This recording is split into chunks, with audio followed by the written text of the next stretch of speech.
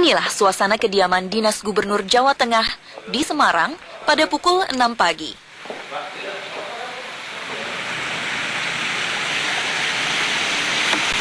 Penghuninya, Sang Gubernur Ganjar Pranowo, telah memulai pekerjaannya. Aku tuh mau tanya, jadi bener nggak waktu dulu itu cuma ibu yang mau sama Pak Ganjar? Karena waktu kuliah Pak Ganjar nih katanya kumel. Itu yang mau berapa juga saya nggak tahu ya. Jadi pacarnya pertama ya saya. Ada yang mau, jadi nggak tahu, mungkin dia menyesal. Kereng. Mungkin kalau kerengnya itu Banyak yang menyesal sekarang ya. Jika waktu memungkinkan, Ganjar akan mengantar anak semata wayangnya, Muhammad Zinedin Alam, ke sekolah sebelum ia berangkat ke kantor. Atau sarapan bersama sang istri, Siti Atikoh Supriyanti, seperti pagi ini. Setelah itu, ia pun siap menjalani agendanya turun langsung atau belusukan ke daerah-daerah di Jawa Tengah.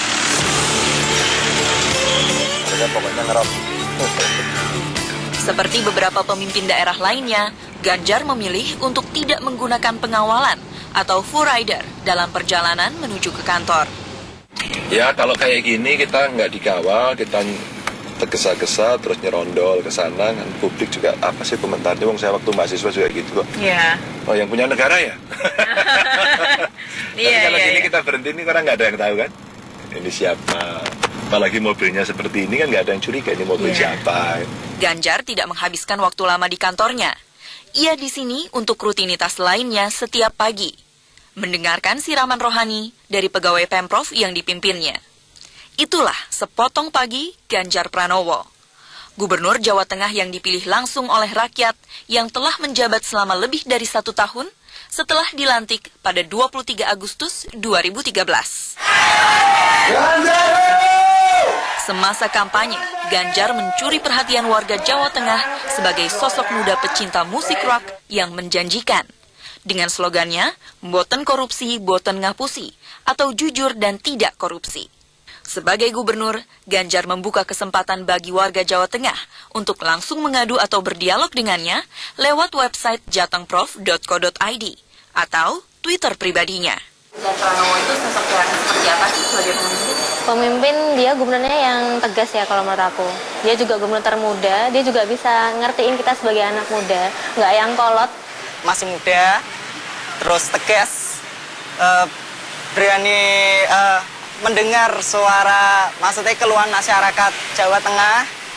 Terus ya dia berani turun langsung untuk mengatasi masalah. Ganda, bijaksana, konsisten dalam pekerjaan, tidak korupsi juga sih.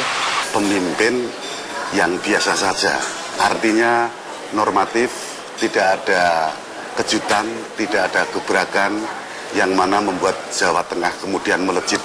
Saat pilkada, Bapak menggebrak dari underdog, kemudian meraih hampir 50 raihan suara di Jawa Tengah. Nah, setelah 1 tahun lebih ini memimpin, apa gebrakan baru Bapak?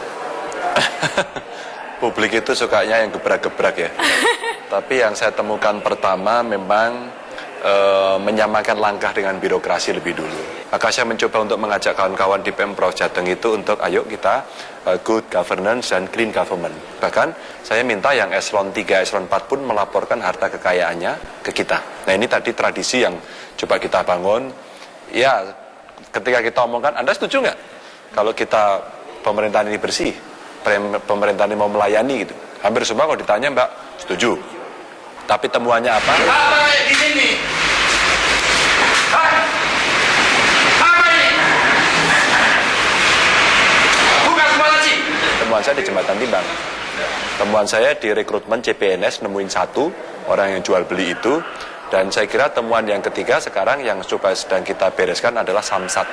Ini untuk pelayanan-pelayanannya. Maka menurut saya kalau dari sini udah baik, maka bisa kita dorong kepada program-program lebih besar. Dan saya meyakini pada saat ini internal kita baik, internal kita bisa bersih, melayani juga dengan baik, maka itu akan bisa diselesaikan. Mungkin tidak terlalu menggebrak ya. Di mata pengamat politik Universitas Diponegoro, Teguh Yuwono, sebagai Gubernur Jawa Tengah, masih banyak pembuktian yang harus diberikan Ganjar kepada rakyat Jawa Tengah yang berharap banyak padanya. Pak Teguh, selama kurang lebih 1 tahun ini ya, 1 tahun lebih kepemimpinan Pak Ganjar, berapa penilaian Bapak terhadap kepemimpinan Pak Ganjar? Kalau angka? Kalau skornya 0 sampai 10, saya pikir saya baru kasih nilai dia 6 ini. Jadi kenapa saya beri nilai 6? Nilai 6 itu 80% sedang pada tahap penyediaan basic policy. Belum sampai kepada greget bahwa Jawa Tengah bergerak maju, semua masyarakat secara serentak menggerakkan sumber dayanya sehingga Jawa Tengah hebat itu bisa dicapai. Kenapa saya dikasih skor 6 beliau? Karena yang sisanya, yang 4 sisanya itu berat gitu loh. Nah, 4 sisanya itu adalah implementasi. Pembuktian itu termasuk keberhasilan tahun infrastruktur yang dicanangkan Ganjar untuk tahun 2014. Pencanangan Pak Ganjar infrastruktur 2014 ini kan belum dikatakan sangat berhasil karena ternyata infrastruktur juga cukup masih banyak masalah yang dihadapi. Dan saya pikir tidak cukup 1 tahun, apalagi saya dengar hanya berapa triliun yang disetujui oleh DPR. Kalau hasilnya silahkan nanti dilihat di akhir tahun, apakah kemudian serapan itu bisa. Memang dulu saya meminta kepada anggota DPRD yang terhormat, agar kami bisa dikasih anggaran 1,5 triliun. Nampaknya enggak, kami hanya dikasih sekitar 1,2, kami terima saja. Tapi 2015 saya langsung posting 2,1 triliun. Inilah yang menggebrak. Yang kemudian, nggak kelihatan Mbak, kerusakan infrastruktur khususnya jalan di Jawa Tengah itu terlalu banyak. Umpama bandara Ahmad Yani itu sampai saya bilang nggak jelek sih tapi bikin malu. Apapun penilaian terhadapnya, bagi Ganjar yang terpenting adalah terus bekerja.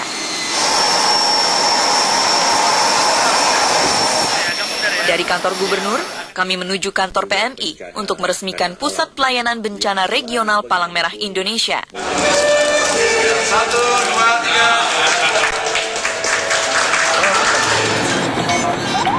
3. Lalu, kami melanjutkan perjalanan ke sebuah desa di Kecamatan Argomulyo, Salatiga, yang tengah mengalami krisis air akibat kekeringan.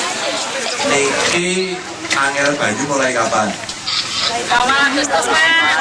3 tahun dulu tiap awal Agustus. Awal Agustus. Niki tiap tahun ngeten niki. Apa mboten enten tandon? Di sini, Ganjar memberikan bantuan air bersih dan berencana membangun penampungan air untuk menanggulangi kekeringan yang datang setiap tahun di Salatiga. Dengan Bapak mendatangi langsung lokasi-lokasi di Jawa Tengah kan tidak semuanya melihat itu sebagai suatu kerja nyata. Ada juga sebagian yang melihat itu pencitraan. Nah, selama 1 tahun lebih ini, apa yang kira-kira sudah Bapak lakukan untuk membuktikan kalau Bapak ini bukan pencitraan? Enggak, saya nggak peduli diomong citra itu, nggak peduli semua. Pokoknya saya jalan terus gitu. Silakan kemudian dilihat sendiri. Dari mulai dulu saya mengenal Mas Ganjar sampai sekarang. Dia itu orangnya lugas, jujur ya, apa adanya, apa yang ada di dalam hati, yang diomongkan sama yang dipikirkan itu sama. Dia tipe orang yang tidak bisa memanipulasi emosi, kemudian tidak bisa juga pura-pura gitu. Bagi Siti Atikoh, suami yang telah bersamanya selama 20 tahun itu sangat jauh dari sosok pencitraan. Jadi ketika ada kejadian yang di Jembatan Timbang, itu pasti sesuatu yang sudah sangat mengusik hati nuraninya. Kemudian pas mampir ke Jembatan Timbang, saya di mobil. Jadi saya sendiri tidak tahu kalau itu mau sidak. Karena itu kan last weekend juga kan, jadi anak saya bisa pulang kampung di Purbalingga. Kemudian dia tidur, jadi Bunda nggak usah ikut turun ya. Jadi Ibu juga nggak tahu ya saat itu Bapak mau sidak atau Bapak tidak terlihat emosi sebelumnya juga enggak ya? Enggak sama sekali. Setelah Bapak kembali ke mobil bagaimana? Ibu kaget nggak? Mungkin ada perubahan aura wajah Bapak yang emosi gitu? Nggak tahu, karena kok lama saya cuma gitu kan. Biasanya kan paling cuma 10-15 menit gitu ya. Itu sampai 45 menit kan, hampir 1 jam lah. Saya nunggu di mobil kan juga agak lama gitu kan. Kok lama ya, tumben gitu. Tidak pernah terlintas kekhawatiran di benak Atikoh, suaminya menyalahgunakan kepercayaan rakyat. Kemudian masalah kalau kasus-kasus di partai lain ada yang berhubungan dengan perempuan, mungkin gratifikasi yang berhubungan dengan perempuan atau harta kekayaan yang mengalir ke perempuan-perempuan. Kalau Ibu sendiri bagaimana menanggapinya? Saya tuh dari awal karena hubungan kita itu memang dari dulu ya, karena pacaran juga lama, terus kita juga hubungan jarak jauh. Dari awal memang hubungan kita dilandasi kepercayaan. Kalau nggak percaya dari dulu, kita udah nggak mungkin jadi suami Lanjut istri. sampai sekarang. Iya. Sosok Ganjar yang apa adanya seringkali disamakan dengan sosok pemimpin-pemimpin daerah lain yang dikenal di masyarakat karena ketegasan dan keberpihakannya pada rakyat. Akhirnya gaya marah-marah Bapak, Pak Ganjar, dibandingkan dengan gaya marah-marahnya Ahok. Biar seluruh rakyat Indonesia melihat siapa yang logika dan rasional. Kemudian dibandingkan lagi dengan gaya marah-marahnya Ibu Tri Risma hari ini. 10 tahun kami bikin itu, ngerti tidak? Itu semua orang rakyat. Nah, apa tanggapan Bapak? Ya nggak apa-apa, memang mungkin kami marah saja pada saat itu sebagai manusia biasa atau pemimpin yang gemes melihat situasi. Apakah memang rakyat menginginkan yang seperti ini, atau memang yang dibutuhkan sekarang ini seperti ini, atau bagaimana? Kalau menurut saya ini kebaikan demokrasi ya, bahwa pemimpin itu muncul dengan momentum, dan momentum Jawa Tengah kita punya Ganjar, momentum Jawa Timur kita punya Bu Risma. Di DKI sebetulnya sebelum Ahok kita punya Jokowi sebetulnya kan. Jadi pemimpin sebetulnya, pemimpin yang dirindukan rakyat itu adalah pemimpin yang bekerja, berjalan, berbuat seperti rakyat. Orang-orang macam Ganjar, Jokowi, Risma, Ahok ini menurut saya patut dilestarikan itu. Ganjar menyadari di 4 tahun mendatang masih banyak pekerjaan dan harapan rakyat Jawa Tengah yang menanti. Untuk memenuhinya, sang gubernur yang dipilih langsung oleh rakyat ini juga berharap pada masyarakat Jawa Tengah tetap mendukung dirinya hingga akhir jabatan. Bu, nyon pamit nggih. Ados ya. Kalau masyarakat Jawa Tengah, saya berharap menjadi masyarakat yang rasional, terus kemudian dia selalu mengambil keputusan secara bersama-sama, sehingga apa yang diharapkan secara kolektif itu bisa terpenuhi secara bersama-sama.